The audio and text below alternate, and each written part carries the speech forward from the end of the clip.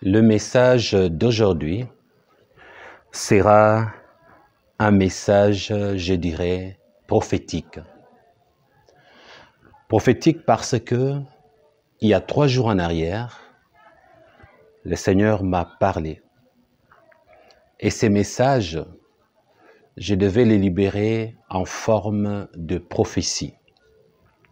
Mais comme l'esprit du prophète est soumis au prophète, avec mon libre arbitre, j'ai décidé de libérer ces messages en forme d'enseignement. Donc, c'est un enseignement, prophétie, un message provenant de notre Dieu. La Bible dit, ne méprisez pas les prophéties. Et la Bible conseille de les examiner. Cela revient à dire que vous n'êtes pas obligé d'accepter à 100% le message que je vais libérer aujourd'hui. D'ores et déjà, si vous n'êtes pas d'accord avec le message prophétique, vous pouvez également zapper cet enseignement et vous passez simplement à autre chose.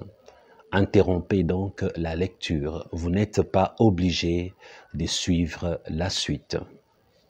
Mais pour vous qui allez rester pour suivre ces messages, je vous informe déjà que je garde le meilleur pour la fin. Tout ce que je vais dire à partir de maintenant, ce sont des choses qui vont vous instruire. Je ne dis pas qu'il faut sauter le message pour ne suivre que la fin, mais j'ai dit que si vous aimez votre Dieu, suivez attentivement. Je lirai beaucoup de passages bibliques, mais vers la fin, je garde énormément une surprise pour ceux et celles qui aiment la révélation. Il y a une révélation que je donnerai vers la fin. Mais pour bien comprendre la dite révélation, il vous faut suivre de maintenant avec une attention soutenue et particulière. Frères et sœurs, pour commencer, il n'y a pas longtemps, même moi, je me disais, bon, écoutez, Jésus est mort pour nous. Donc, le Nouveau Testament, à mes yeux, avait plus d'importance que l'Ancien Testament. Souvent, on ne le dit pas en public. Même vous aussi qui êtes en train de me suivre, regardez à l'intérieur de vous sans que vous ne puissiez l'avouer en public. Il y a quelque chose à l'intérieur de vous qui vous fait croire régulièrement que le Nouveau Testament est plus important que l'Ancien Testament.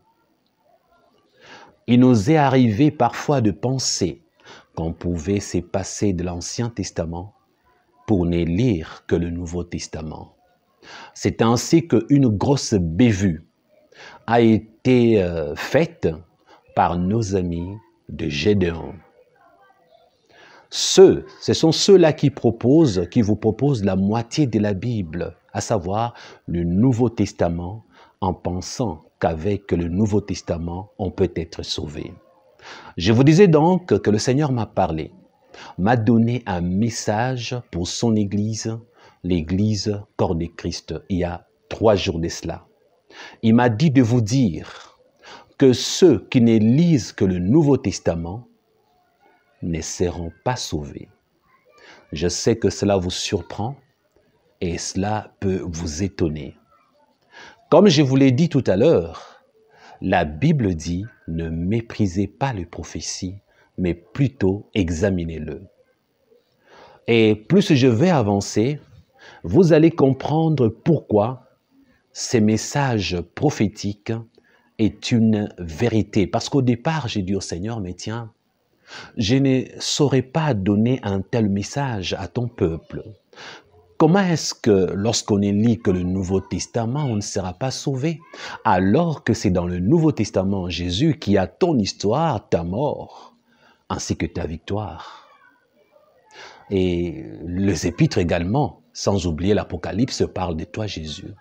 Le Seigneur Jésus m'a dit, non, Christian, ceux qui ne lisent que le Nouveau Testament ne seront pas sauvés parce qu'ils désobéissent à ma parole. Je n'ai jamais demandé aux chrétiens de ne lire qu'une partie, une portion des Saintes Écritures. La recommandation a été donnée d'ailleurs. Dans Josué chapitre 1er verset 8, il est dit que ces livres de la loi ne s'éloignent point de ta bouche, médite-le jour et nuit pour agir fidèlement selon tout ce qui est écrit, car c'est alors que tu auras du succès dans tes entreprises, c'est alors que tu réussiras.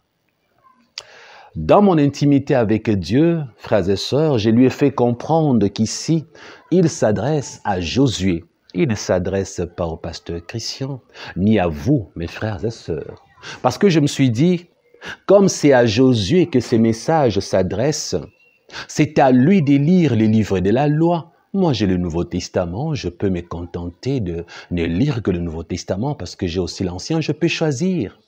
Parce que vous comme moi, il nous arrive de nous dire que beaucoup des passages bibliques de l'Ancien Testament n'étaient adressés qu'à ces gens-là de l'Ancien Testament, que Jésus étant venu, c'est fini, nous n'avons qu'à lire le Nouveau Testament. Alors le Seigneur m'a donné une réponse dans la Bible. Il m'a fait voir que, Christian, écoute, à partir d'aujourd'hui, retiens ceci. Chaque fois que tu liras toute la Bible, de Genèse à Apocalypse, et que tu vas découvrir que moi, ton Dieu, je m'adresse à un de mes enfants d'antan, un prophète, par exemple, un roi, un sacrificateur, un apôtre, peu importe son titre ou son rang, sa fonction, et que ce que je lui dis est une recommandation pour sa bonne marche par rapport à sa foi en moi Dieu, pour m'obéir, pour sauver son âme, sache que cette recommandation devient tienne, devient obligatoire également pour ta propre vie chrétienne. J'ai dit au Seigneur, comme c'est une révélation, je ne peux pas l'imposer à ton peuple. Je vais donc informer et en signalant que c'est un message prophétique pour que ton peuple soit libre d'obéir ou de désobéir dans son libre arbitre. Alors mon frère, ma sœur, tu es libre d'obéir ou de désobéir. Mais sache qu'à partir d'aujourd'hui, ton Dieu t'est dit par mon canal que chaque fois que dans la Bible, de Genèse à Apocalypse, Dieu a parlé en donnant une recommandation pour la bonne marche de la vie du croyant ou de la vie d'un chrétien. Cette recommandation concerne tout le chrétien de tous les temps. Vous allez dire, pasteur Christian, je ne suis pas convaincu. Alors le Seigneur, comme il est plus sage que vous et moi, d'ailleurs, il est sagesse lui-même, comme c'est lui qui nous a créés, comme il sait ce que nous pensons, il m'a aidé en me donnant une vérité biblique qui s'est déroulée avec lui-même. Le Seigneur m'a donné de lire un passage biblique que je vais également vous donner. Dans ces passages, Jésus m'a recommandé de vous dire, peuple de Dieu, il lui est arrivé un jour d'être face à face avec Satan. Qu'est-ce que Satan a fait? Satan a utilisé la parole de Dieu contre lui, disons, pour les séduire, l'induire en erreur. Qu'est-ce que Jésus va faire? Jésus va prendre un passage biblique de l'Ancien Testament où Dieu s'adressait à une autre personne. Ces messages en question n'étaient pas adressés directement à Jésus. Mais Jésus a considéré qu'il pouvait prendre une vérité biblique, disons, de l'Ancien Testament, adressée à un enfant de Dieu de l'Ancien Testament, comme si cela s'adressait à lui. Voici la preuve. Premièrement, dans Matthieu chapitre 4, versets 6 à 7, nous lisons ceci. Satan lui dit, « Si tu es fils de Dieu, jette-toi en bas. car il est écrit, « Il donnera des ordres à ses anges à ton sujet, et ils te porteront sur le main, de peur que ton pied ne heurte contre une pierre. » Verset 7. Jésus lui dit, « Il est aussi écrit, « Tu ne tenteras point l'Éternel ton Dieu. » Frères et sœurs, Satan faisait référence au psaume 91, versets 11 à 12, qui dit ceci. « Car il ordonnera à ses anges de te garder dans toutes tes voies. » Verset 12. « Ils te porteront sur le main, de peur que ton pied ne heurte contre une pierre. » Comme vous le savez déjà, ceci est un message prophétique qui parlait de Jésus-Christ. Donc, on dira que Satan n'a pris que ce qui a été écrit concernant Jésus et le lui a balancé à la figure. Maintenant, regardez en deuxième lieu la réponse de Jésus. Jésus lui dit, « Il est aussi écrit, tu ne tenteras point le Seigneur ton Dieu. » Où est-ce que Jésus a-t-il pris sa réponse, puisque Jésus lui a dit qu'il est aussi écrit? Donc, Jésus l'a pris dans Deutéronome chapitre 6, verset 16. Lisons. « Vous ne tenterez point l'Éternel votre Dieu, comme vous l'avez tenté à Massa. » Frères et sœurs, vous venez de découvrir que ces versets bibliques de Deutéronome 6, 16 n'étaient pas un verset prophétique parlant de Jésus. C'était une adresse de l'Éternel Dieu à son peuple. Il ne s'agissait pas d'un message concernant Jésus. Mais qu'est-ce que Jésus a fait? Il a pris un verset où Dieu s'adresse à son peuple. D'ailleurs, si vous lisez le verset 15, il est dit ceci. « Car l'Éternel ton Dieu est un Dieu jaloux au milieu de toi.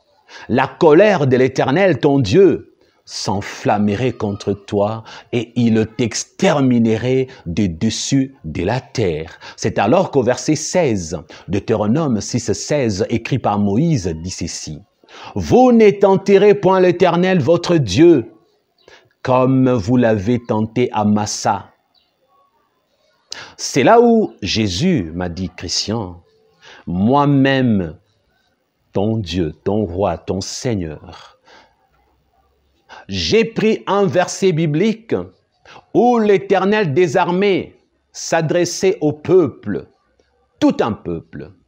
Et Jésus a personnifié ces versets, il l'a pris pour lui en disant à Satan, « Je ne peux pas tenter le Seigneur, l'Éternel, mon Père. Je ne peux pas les tenter parce que c'est défendu dans la parole de Dieu. » L'Ancien Testament, en l'occurrence.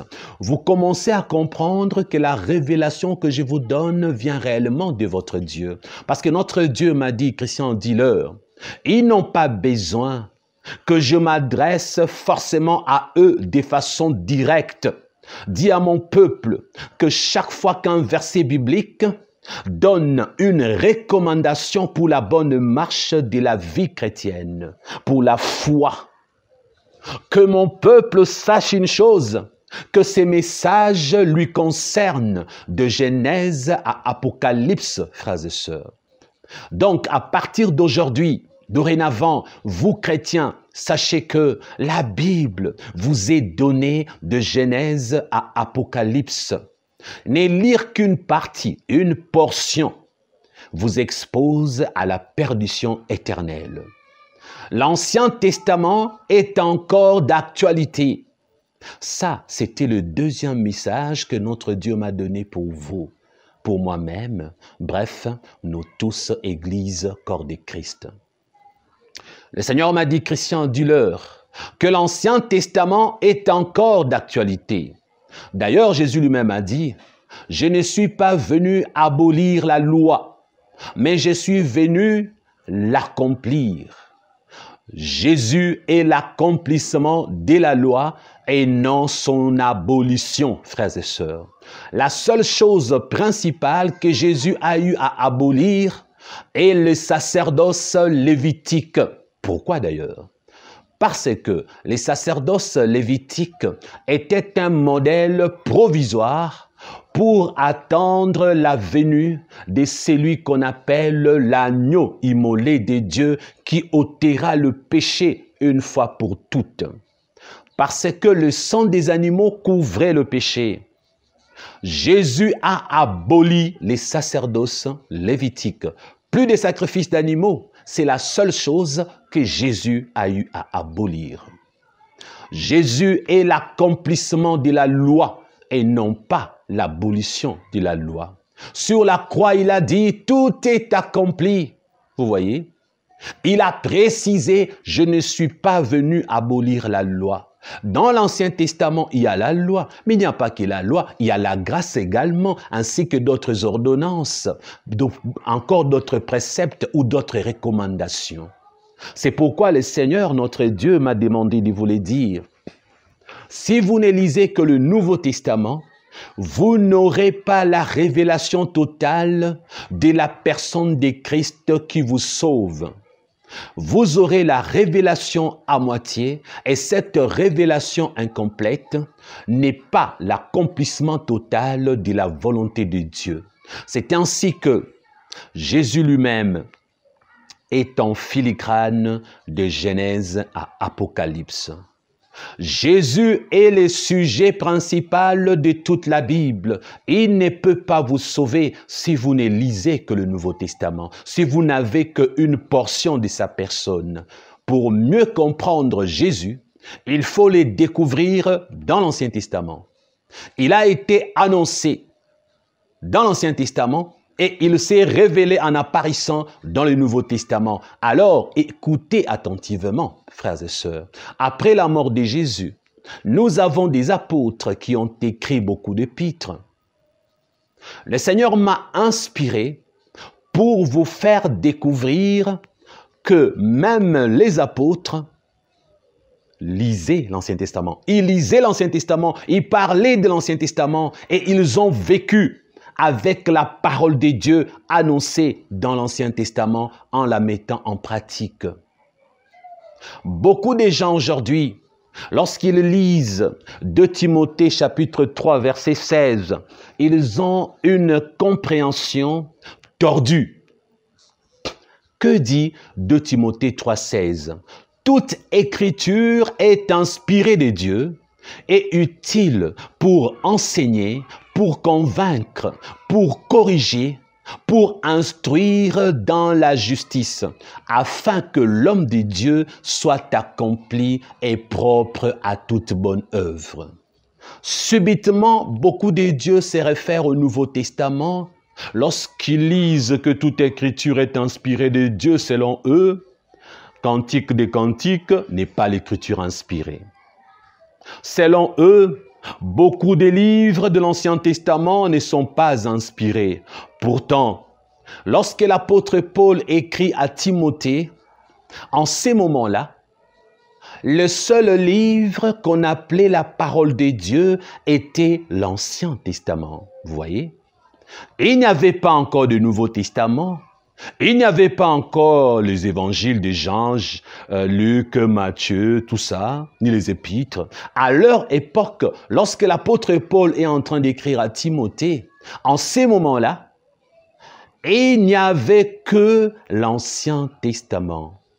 Genèse, Exode, Lévitique, Nombre, Deutéronome, Josué, Juge, 1 roi, 2 rois, Ésaïe, Ézéchiel, Jérémie, Daniel, Habakkuk, Sophonie, Michée, et ainsi de suite, frères et sœurs. Lorsqu'il dit « toute écriture est inspirée de Dieu », il est en train de faire référence à l'Ancien Testament. Regardez même l'apôtre Paul. Il n'a pas vécu en se disant « Non, l'Ancien Testament, il faut s'en méfier. Ces histoires-là de payer la dîme, c'est démodé. Non, il faudra une nouvelle révélation pour que les gens payent leur dîme. » Il a considéré que tout ce qui était autorisé dans l'Ancien Testament pour la bonne marche d'un chrétien ou d'un croyant était d'actualité. Il n'a pas considéré que le 10 commandements était démodé. Il n'a pas considéré que les offrandes est une affaire de l'Ancien Testament. Vous voyez, frères et sœurs, il dit « Toute écriture est inspirée de Dieu » et il fait référence à l'Ancien Testament. Il précise « Cette écriture qui est inspirée de Dieu est utile pour faire quoi? Pour enseigner. » Oui, l'Ancien Testament enseigne. Il n'y a pas que des livres historiques dans l'Ancien Testament, il y a également des livres d'enseignement qui sont historiques, mais vous ne vous rendez peut-être pas compte que chaque livre de l'Ancien Testament renferme un enseignement spirituel. C'est à vous d'avoir l'Esprit de Dieu pour détecter, décoder les enseignements qui sont cachés dans l'Ancien Testament. Pas seulement pour enseigner, après avoir été enseigné, l'Écriture inspirée, qu'est-ce qu'elle fait? Elle convainc, vous voyez, puisque le Saint-Esprit a été révélé dans le Nouveau Testament comme étant celui qui convainc du péché. Mais puisque c'est le Saint-Esprit qui inspire, depuis l'Ancien Testament, frères et sœurs, qu'est-ce qu'il faisait? Il convainquait déjà le Saint-Esprit depuis longtemps, comme il est dans les Saintes Écritures depuis longtemps, le Saint-Esprit était en train de convaincre. Donc, l'Écriture inspirée de Dieu enseigne et convainc. Et après avoir convaincu, qu'est-ce qu'il fait?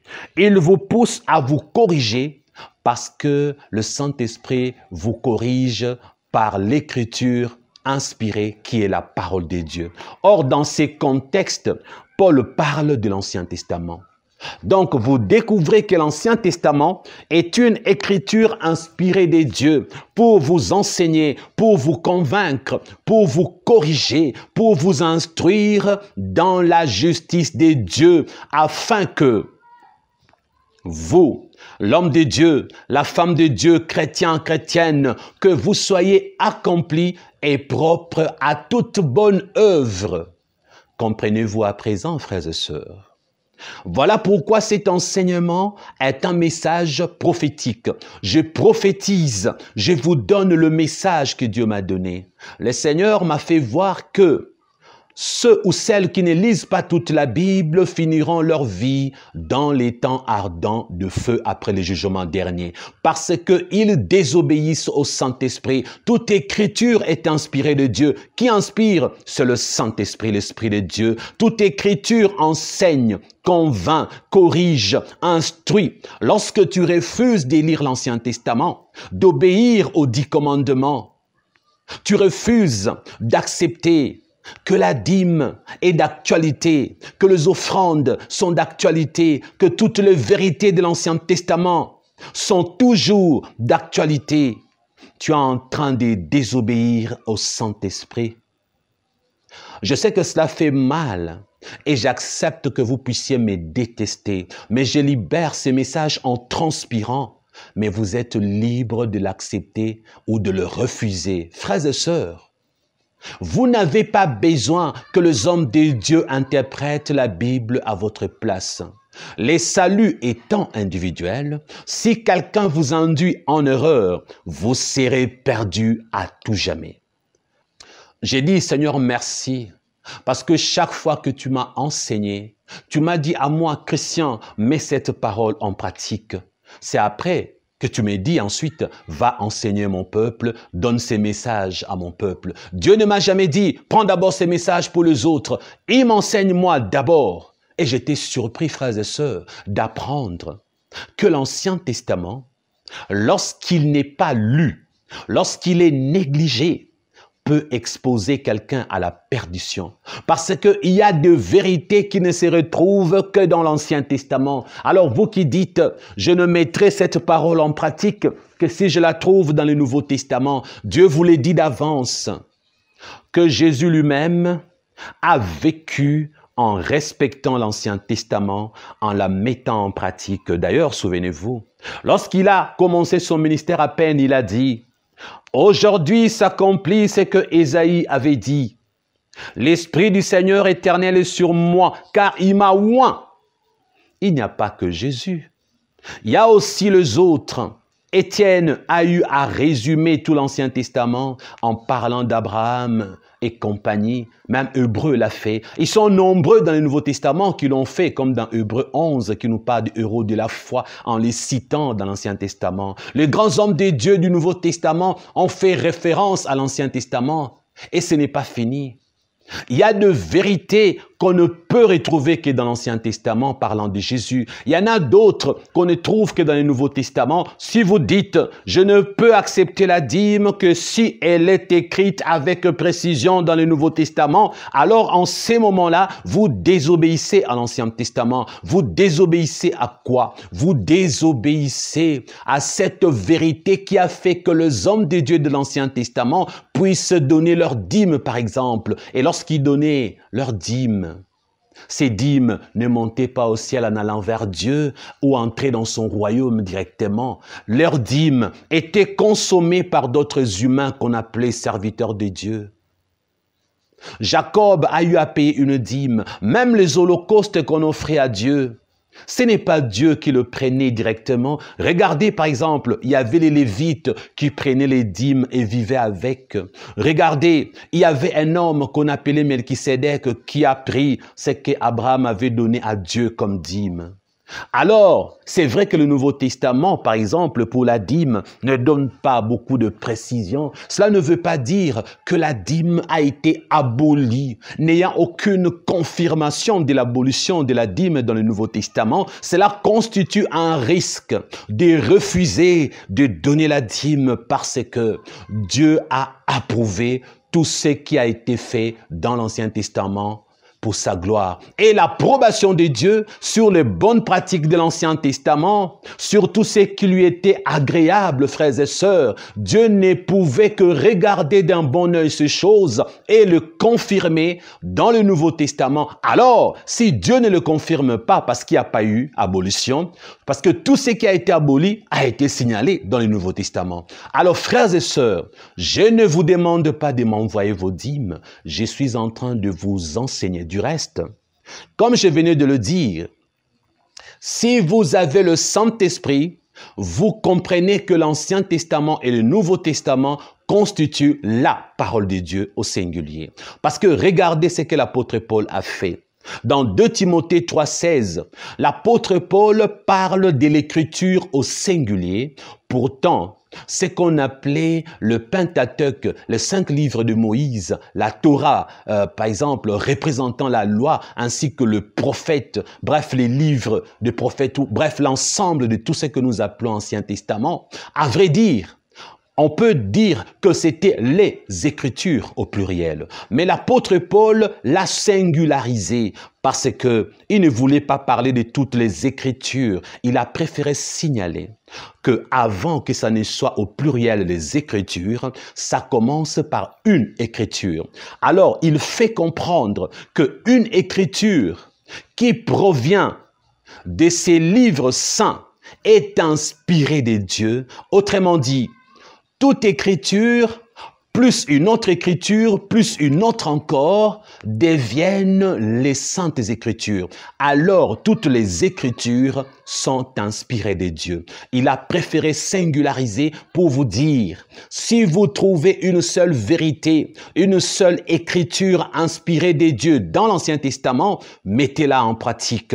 Parce que cette écriture est utile pour vous enseigner. L'écriture au singulier, parlant d'Abraham, par exemple, qui donnait la dîme, de Jacob ainsi que les autres, c'est une écriture au singulier, mais inspirée par Dieu. Une seule personne qui a payé sa dîme dans l'Ancien Testament. Cette écriture est inspirée de Dieu, même si elle était la seule personne. Tu ne peux pas dire que cette écriture au singulier, je la refuse parce que je ne la trouve pas dans le Nouveau Testament. Alors voilà ce que Dieu a dit par la bouche de Paul.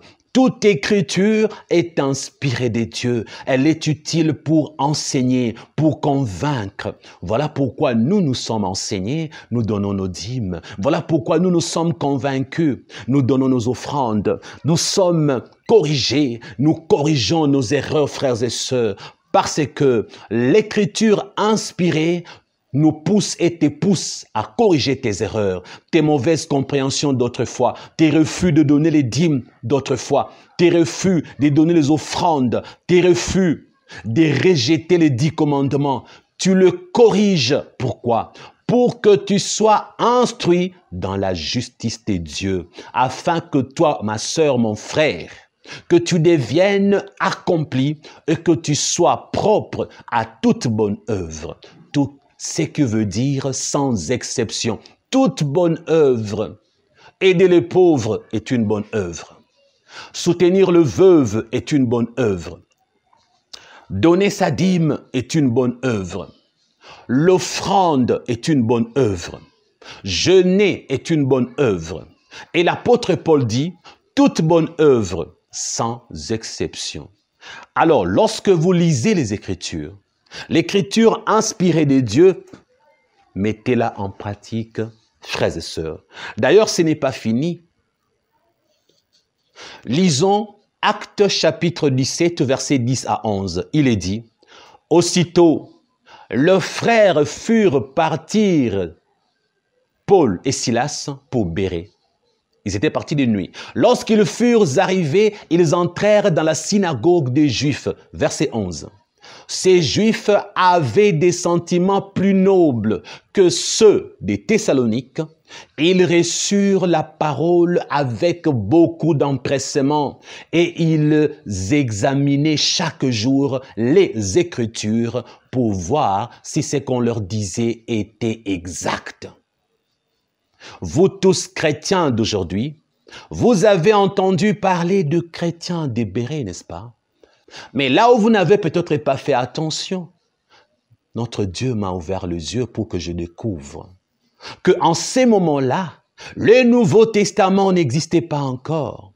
En ces moments-là, il n'y avait pas un livre qu'on appelait, un Nouveau Testament avec Apocalypse, les Épîtres de Pierre, 1 Pierre, non. Il n'y avait que l'Ancien Testament. Lorsque la Bible dit qu'ils examinaient chaque jour les Écritures, il s'agit de quelles Écritures? L'Ancien Testament. Donc, pour comprendre les apôtres après la mort de Jésus, au temps de la grâce, c'est en ces moments-là que ces gens se servaient de l'Ancien Testament pour découvrir si on leur prêchait la vérité. Parce que il n'y a rien qu'on pouvait leur dire qui n'avait pas été écrit auparavant dans l'Ancien Testament de façon prophétique ou directe. Jésus lui-même existe depuis l'Ancien Testament et on a parlé de lui, de ce qu'il allait faire, de ce qu'il allait accomplir. C'est dans l'Ancien Testament qu'il y avait la loi et non pas seulement les 10 commandements, mais également la grâce et d'autres recommandations, des préceptes, frères et sœurs, pour la bonne marche de la vie du croyant. C'est là où je vous réserve une surprise par rapport à Adam et Ève. Et c'est vers la fin que je vais vous donner cette révélation concernant Adam et Ève. Mais avant de découvrir la révélation concernant Adam et Ève, laissez-moi vous dire une chose, frères et sœurs. Vous avez Jérémie, vous avez l'apôtre Paul, vous avez Job. Ces gens, ces hommes de Dieu ont eu à vous dire qu'ils étaient connus des dieux, ils avaient été choisis avant la fondation du monde. Dieu n'avait encore rien créé et eux vous informent qu'ils étaient déjà choisis comme serviteurs de Dieu. Et l'apôtre Paul l'a dit également. Là où vous ne vous êtes peut-être jamais posé la question, si l'apôtre Paul avait été choisi depuis la fondation du monde, alors que lui allait exister comme un barbare, comme un bandit, comme un terroriste, persécutant l'Église, et à la fin, il allait devenir serviteur de Dieu. Si Dieu l'avait déjà choisi pour qu'il annonce l'Évangile, alors Dieu savait déjà qu'un jour, en créant le monde, en créant Adam, en créant Ève, qui aura le péché ensuite? Alors Dieu savait déjà ce qui allait se passer. Donc vous comprenez aujourd'hui, frères et sœurs, que de fois vous ne vous faites pas aider par le Saint-Esprit pour comprendre les Saintes Écritures. Alors laissez-moi vous dire une chose. Le temps, c'est le langage humain. Lorsque Dieu n'avait pas créé l'homme ainsi que son univers, on ne pouvait pas parler de la notion du temps. Parce que dans le royaume des dieux, il n'y a pas de calendrier qui annonce janvier jusqu'en décembre. Dans le royaume des cieux, il n'y a pas le jour, il n'y a pas la nuit. Comme il n'y a pas le jour, il n'y a pas la nuit. Donc le temps des humains n'existe pas dans l'éternité de Dieu. Parce que regardez, lorsque Dieu a créé, la Bible dit qu'il y eut le jour, qu'il y eut la nuit. Autrement dit, il y a eu la lumière et l'obscurité. La lumière est appelée jour, l'obscurité est appelée nuit. Et un jour constitue lumière plus l'obscurité. C'est ce qui fait un jour.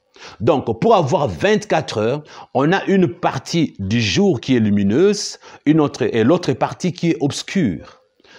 Donc, les temps, c'est les langages humains. Les temps identifient l'existence humaine. Donc, les temps chez Dieu n'existent pas. Donc, comme les temps chez Dieu n'existent pas, Dieu est éternel et l'éternel signifie pas de commencement, pas de fin, pas d'horloge, pas de minutes, pas de secondes. Alors, regardez, frères et sœurs, c'est ce qui fait que Dieu a des lois. C'est quoi des lois? Les lois de Dieu. Les lois de Dieu, au fait, c'est sa volonté que lui seul connaît. Les lois de Dieu, au fait, c'est ce que Dieu veut. Et comme Dieu veut ces choses-là que vous et moi ne connaissons pas, lorsque Dieu nous informe ce qu'il veut, cela constitue pour nous une loi.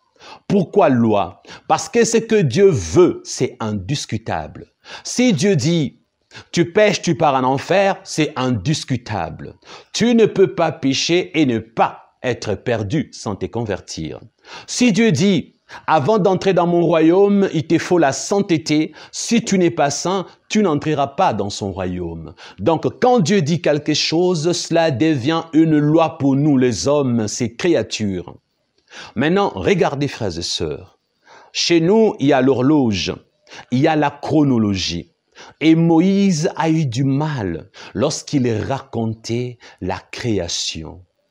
Il a eu tellement du mal que Moïse a presque humainement failli commettre une erreur, mais qui n'en est pas une. Parce que lorsque vous lisez Genèse, chapitre 1er, versets 25 à 27, Moïse dit ceci. Dieu fit les animaux de la terre selon leur espèce, le bétail selon son espèce, et tout le reptile de la terre selon leur espèce. Dieu vit que cela était bon. Maintenant, écoutez le verset 26. Puis Dieu dit, faisons l'homme à notre image, selon notre ressemblance, et qu'il domine sur le poisson de la mer, sur les oiseaux du ciel, sur le bétail, sur toute la terre et sur tous les reptiles qui rampent sur la terre. Maintenant, écoutez attentivement le verset 27. Dieu créa l'homme à son image. Il le créa à l'image de Dieu. Regardez attentivement la suite. Il créa l'homme et la femme. Frères, regardez bien ces versets 27. Nous sommes dans Genèse chapitre 1er. Donc, il parle de l'homme. Il s'agit de qui? Adam, au singulier. Parce que quand il dit, Dieu créa l'homme à son image, virgule, il le créa à l'image de Dieu. Vous voyez? Et puis, virgule, il précise ensuite, bon, après il n'y a pas eu que l'homme, hein. Il y a eu aussi la femme. C'est là où il met virgule, il précise, il créa l'homme et la femme. Donc la femme était venue après. Maintenant, voici la question. Dieu les a-t-il créés le même jour, au même moment? À l'instant, est-ce que le même jour, Dieu avait-il créé l'homme et la femme? Selon Genèse chapitre 1, verset 27, la réponse sera oui. Parce que ici, Moïse montre qu'il a créé l'homme à l'image de Dieu, il créa l'homme et la femme. Cela sous-entend que c'est au même moment, instantanément. Moïse connaissant que le temps et le langage humain, Il va revenir au chapitre 2, à partir du verset 15 jusqu'à 23, pour nous donner les détails qu'il n'avait pas donnés au chapitre 1er. C'est ainsi qu'à partir du verset 15, Genèse 2, Moïse dit ceci. L'Éternel Dieu créa l'homme et le plaça dans le jardin d'Éden pour les cultiver et les garder. J'attire votre attention. Au verset 15, il ne s'agit que de l'homme. Il est seul. Il n'y a pas Ève dedans. Moïse donne des précisions parce qu'ici Adam est seul. Verset 16. L'Éternel Dieu donna cet ordre à l'homme. Vous voyez? Il a donné l'ordre à qui? À Adam, qui est seul. Il lui dit, tu pourras manger de tous les arbres du jardin. Vous voyez, frères et sœurs, Dieu a mis au singulier, pas au pluriel. Si vous avez pensé que Ève était inclue dans l'homme, Dieu allait dire, vous allez manger de tous les arbres du jardin. Dieu n'a pas dit vous. Donc, vous comprenez, l'homme ici, c'est Adam seul, sans Ève. C'est pourquoi Dieu précise, toi Adam, tu pourras manger de tous les arbres du jardin. Lorsque Dieu donne l'interdiction à l'homme qu'on appelle Adam, en ces moments-là, Ève n'était pas là. C'est ainsi que Dieu a précisé toi Adam. Maintenant au verset 17, Dieu ajoute, mais tu ne mangeras pas de l'arbre de la connaissance du bien et du mal. Tu entends, Adam? Et Dieu finit en disant, car le jour où tu en mangeras, tu mourras. Dieu s'adresse toujours à Adam. Tu ne peux pas manger l'arbre de la connaissance du bien et du mal.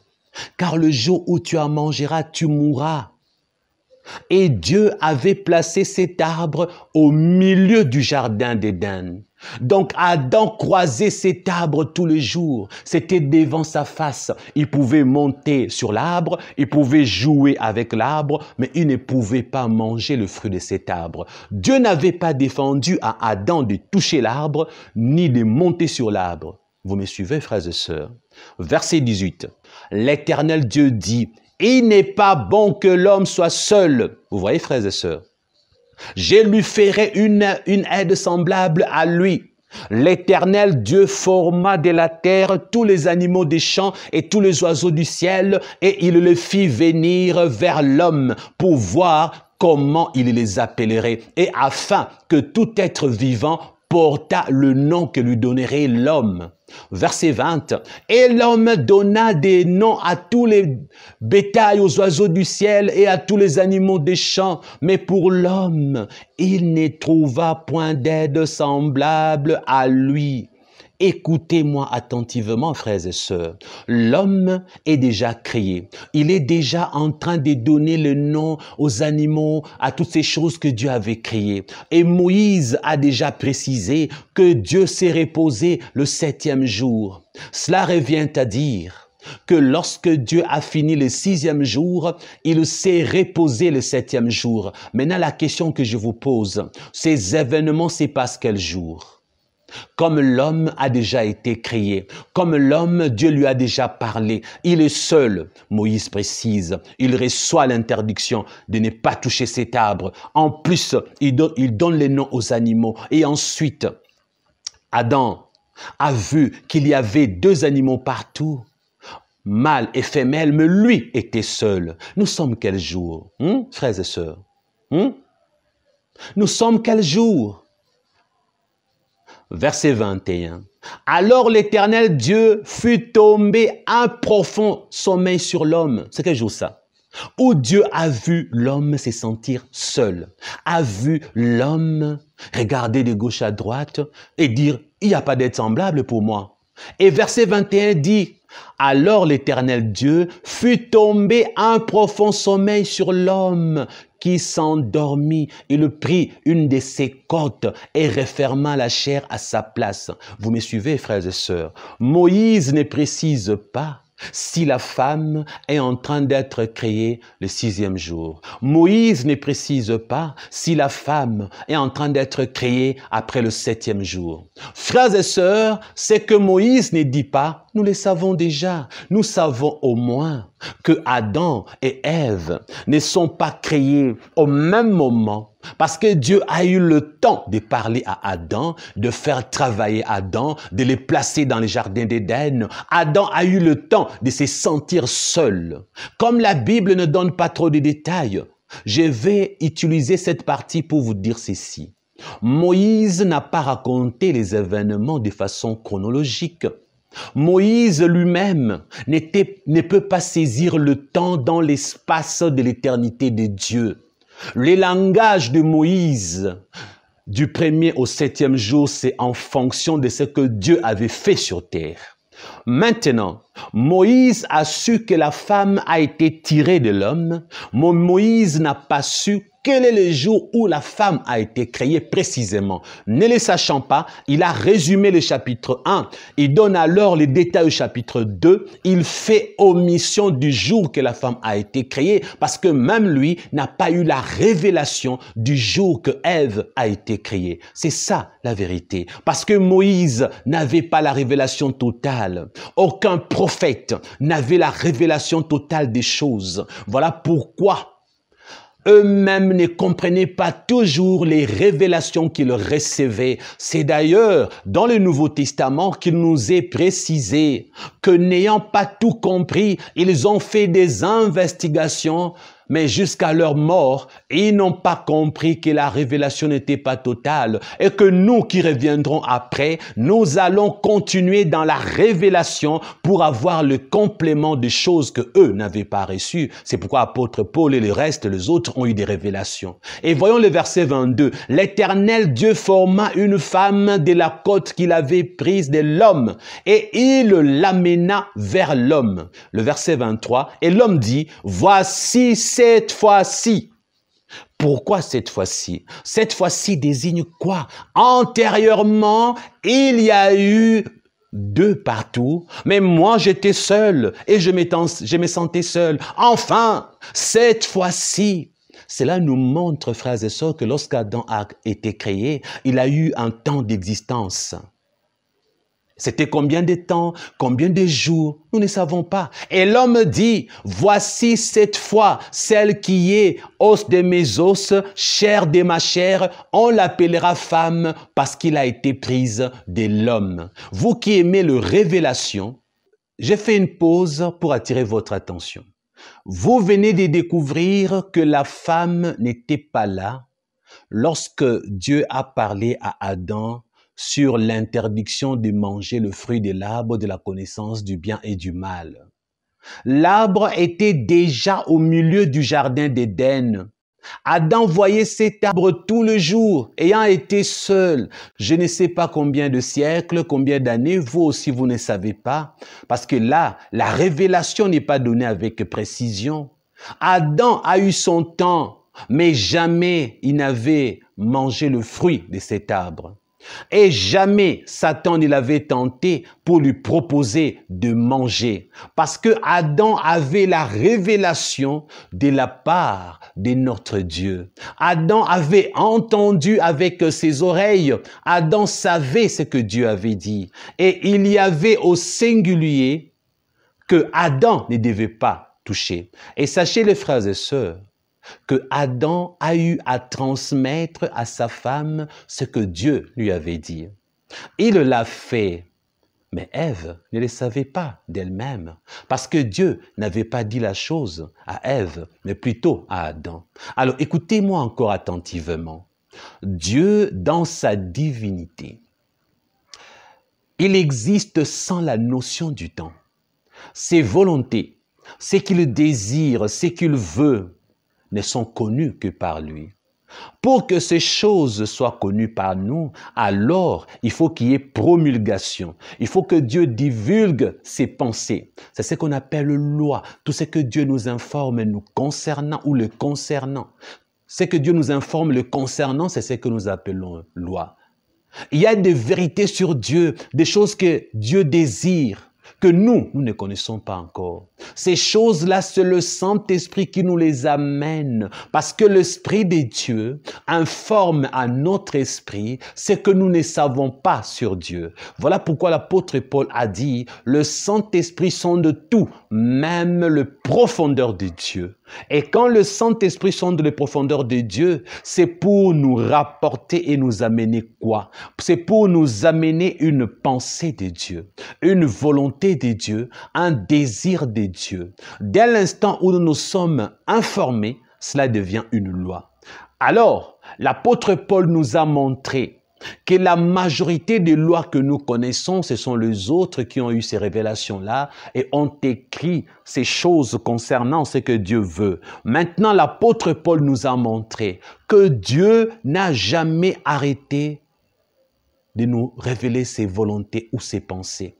C'est pour vous dire, frères et sœurs, qu'il y a des choses non encore révélées qui existent.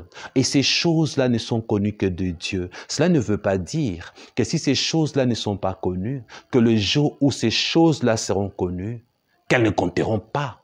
Ces choses non encore connues que par l'Esprit de Dieu. Les jours où un individu reçoit la révélation sur ces choses-là, même si ces choses-là n'ont pas été écrites par les autres serviteurs de Dieu, la personne qui reçoit la chose en question ou le chose en question, ces choses deviennent une révélation pour sa vie et Dieu tiendra compte de cette information que le Saint-Esprit lui a donnée, même si la dite chose n'avait pas été écrite d'avance. Je suis en train de vous expliquer ces choses, vous les hommes spirituels, pour vous aider, vous préparer à comprendre la révélation qui va suivre concernant Adam et Ève. Alors, écoutez-moi maintenant attentivement, frères et sœurs. Dans Genèse chapitre 3 verset 2 jusqu'à 6, nous lisons ceci. La femme répondit au serpent, nous mangerons du fruit des arbres du jardin. Mais quant au fruit de l'arbre qui est au milieu du jardin, Dieu a dit, vous n'en mangerez point et vous n'y toucherez point, de peur que vous ne mouriez. Regardez d'abord au verset 1er. Les diables avaient commencé à créer un doute dans le cœur de la femme. Est-ce que Dieu a-t-il réellement dit? Si Satan avait commencé par là, c'est parce que Satan savait que Ève n'avait eu que de compte rendu. Elle n'avait pas écouté lui-même avec ses oreilles ce que Dieu avait dit. C'est son mari qui avait écouté et elle a eu l'information. Satan savait qu'il ne pouvait pas tenter Adam parce que Adam savait ce qu'il avait entendu face à face directement de la part de Dieu. C'est impossible d'aller tromper Adam. Mais celle-ci n'a jamais écouté Dieu elle-même. Elle n'avait écouté que ce que son mari lui avait dit, alors je peux lui créer un doute. Voilà pourquoi Satan dit, Dieu a-t-il réellement dit? Et Satan a mis un mensonge dans sa question. Il lui demande si Dieu a dit qu'ils ne vont pas toucher tout le fruit des arbres au pluriel. Comment allait-il vivre sans manger?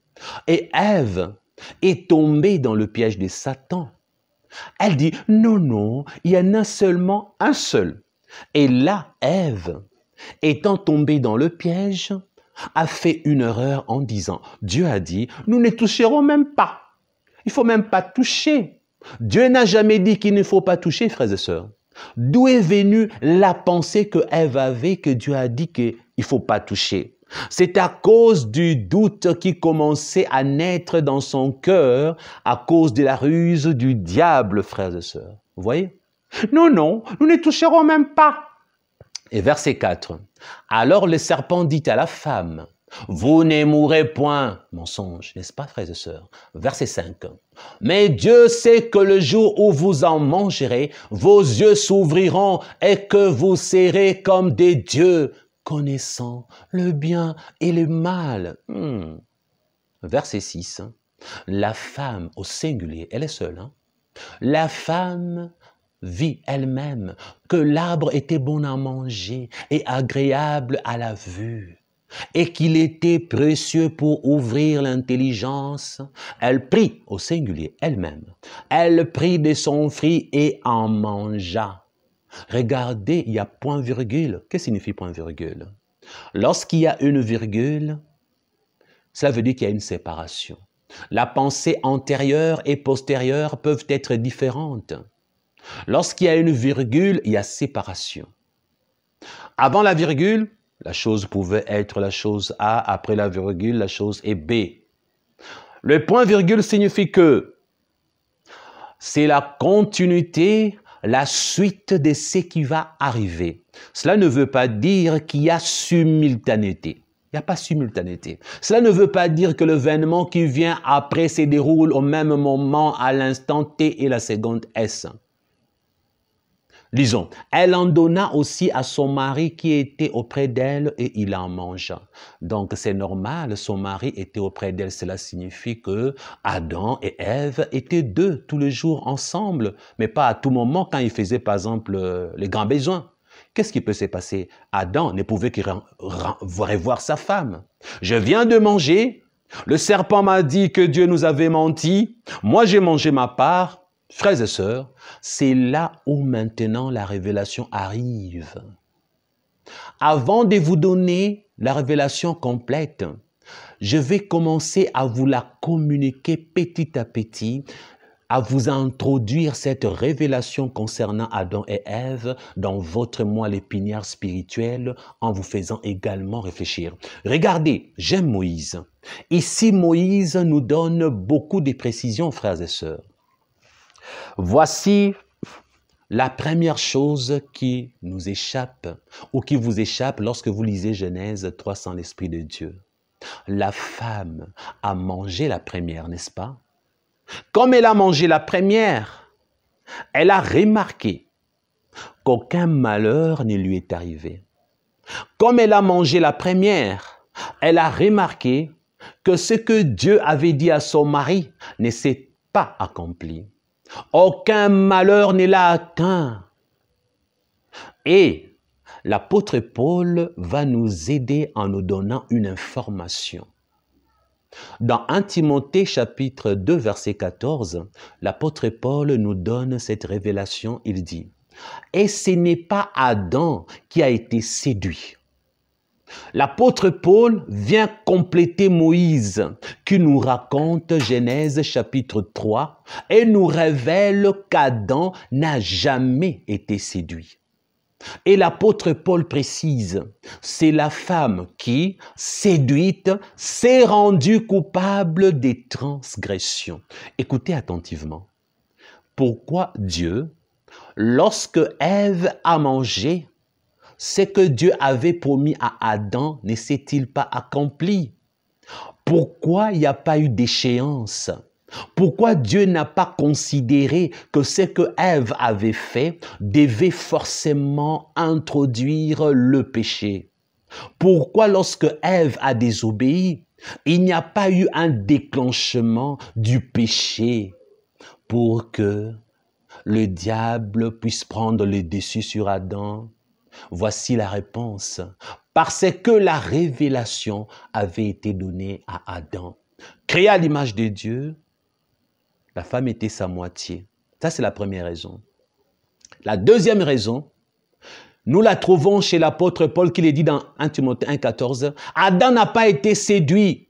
Et comme il n'était pas séduit, il n'était pas coupable de transgression. Or, Dieu avait dit à Adam, le jour où toi tu mangeras de ce fruit, tu mourras. C'était au singulier. Et il n'avait pas mis ça au pluriel, que si tu manges avec les animaux, vous allez mourir. Que si tu manges plus tard avec la femme que je vais créer pour toi, vous allez mourir. Donc la mort annoncée par Dieu, la déchéance annoncée par Dieu, ne devait se déclencher que si Adam mangeait le fruit. Pas une autre personne, pas un animal, pas sa femme, mais lui, Adam. C'est pourquoi lorsque Ève a mangé, Ève a vu que rien n'est arrivé, aucun malheur n'est arrivé. Les choses étaient toujours comme d'habitude. Ève n'a même pas senti en elle le péché. Ève n'a même pas vu qu'elle était nue. Souvenez-vous que les deux étaient nus. Lorsque Ève a mangé, elle continue à se croire habillée. Ève n'a pas constaté sa nudité. Ève n'a pas remarqué un mal quelconque. Parce que tant qu'Adam n'avait pas mangé, rien de pire ne pouvait arriver aux deux. Tant qu'Adam n'avait pas mangé, Ève, aucun malheur n'allait l'atteindre. Et j'aime la révélation de l'apôtre Paul. Réalisez attentivement, frères et sœurs.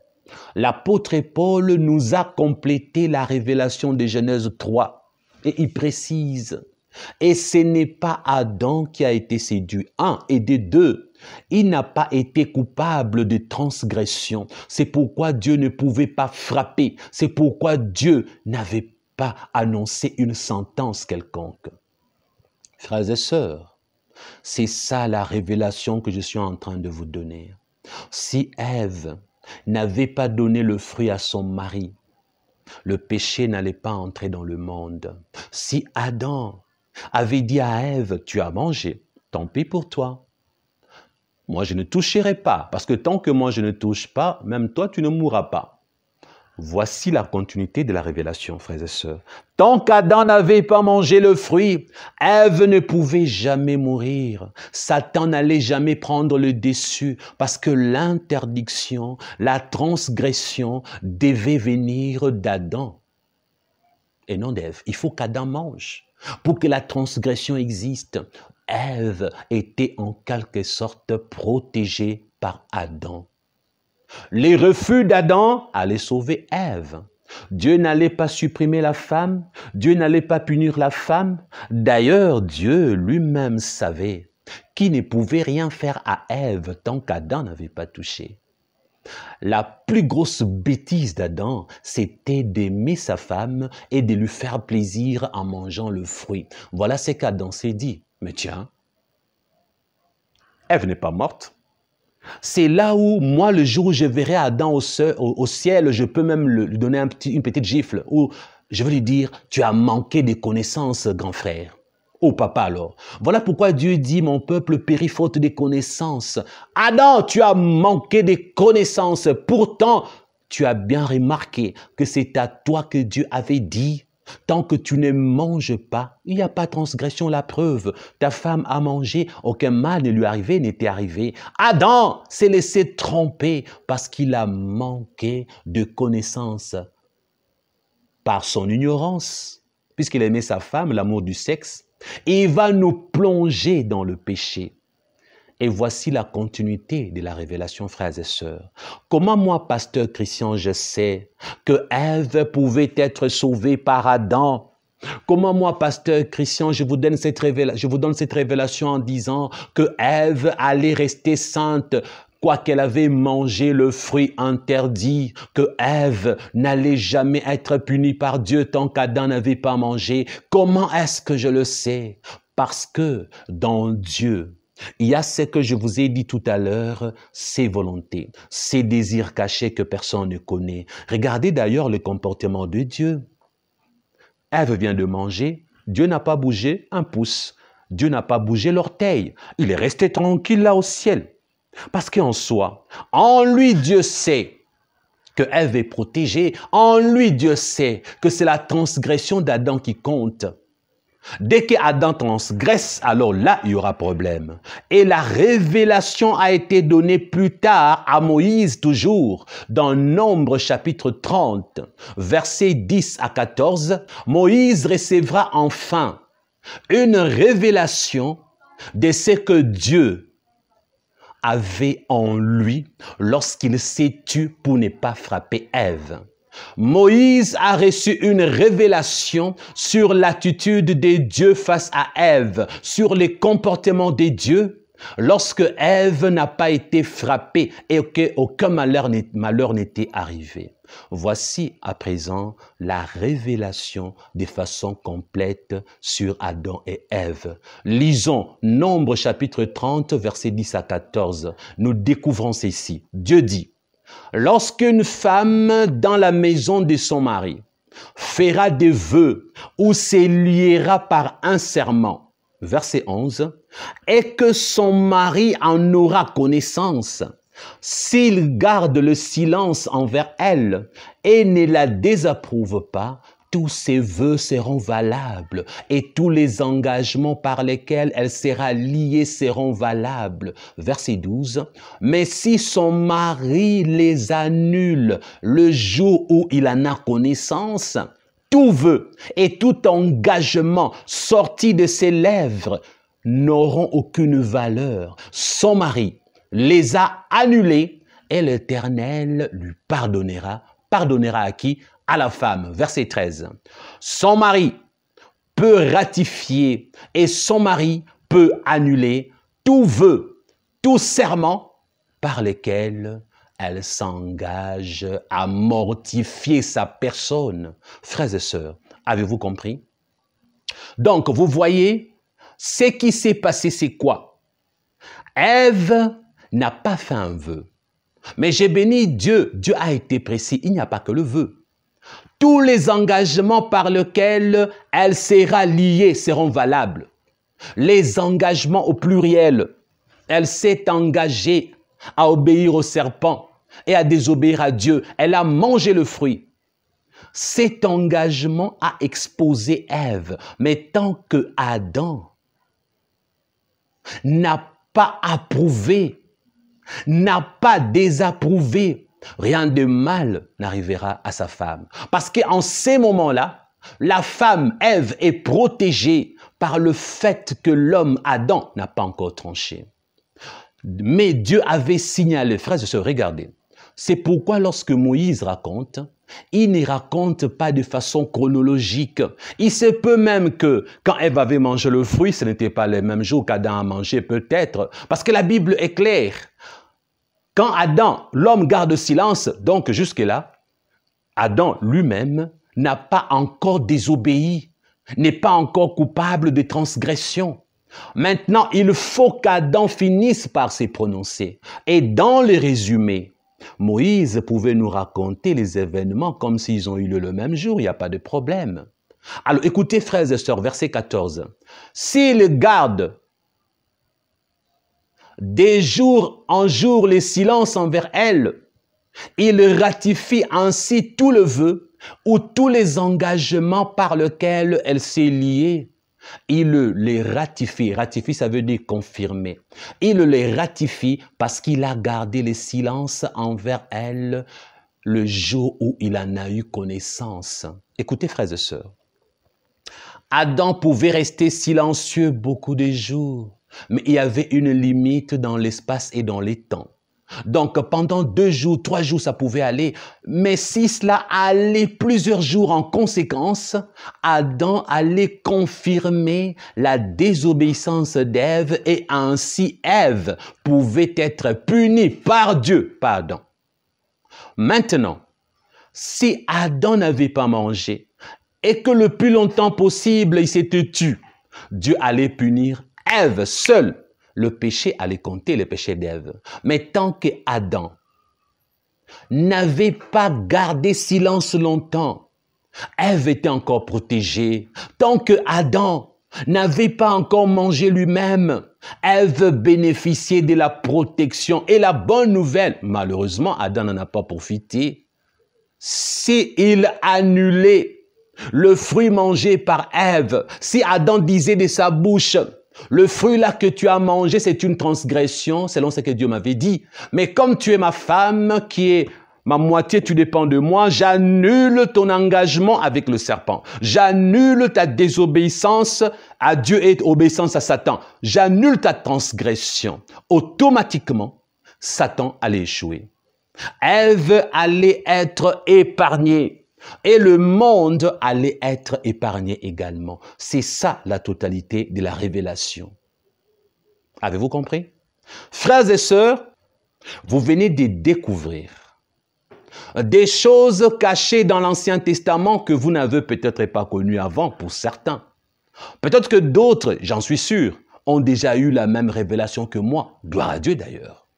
Maintenant, laissez-moi vous poser une question. Lorsque Dieu dit que si vous méprisez l'Ancien Testament, vous irez en enfer, est-ce un mensonge? Pouvez-vous comprendre le Nouveau Testament sans l'Ancien Testament? Pouvez-vous comprendre l'Ancien Testament sans le Nouveau Testament? Avez-vous compris que l'écriture inspirée, c'est des Genèse à Apocalypse, l'Ancienne et la Nouvelle Alliance? Avez-vous compris que toute écriture est inspirée de Dieu et qu'elle est utile pour vous enseigner, pour vous corriger? Frères et sœurs, si vous avez compris, laissez-vous être enseigné. Mettez la parole de Dieu en pratique.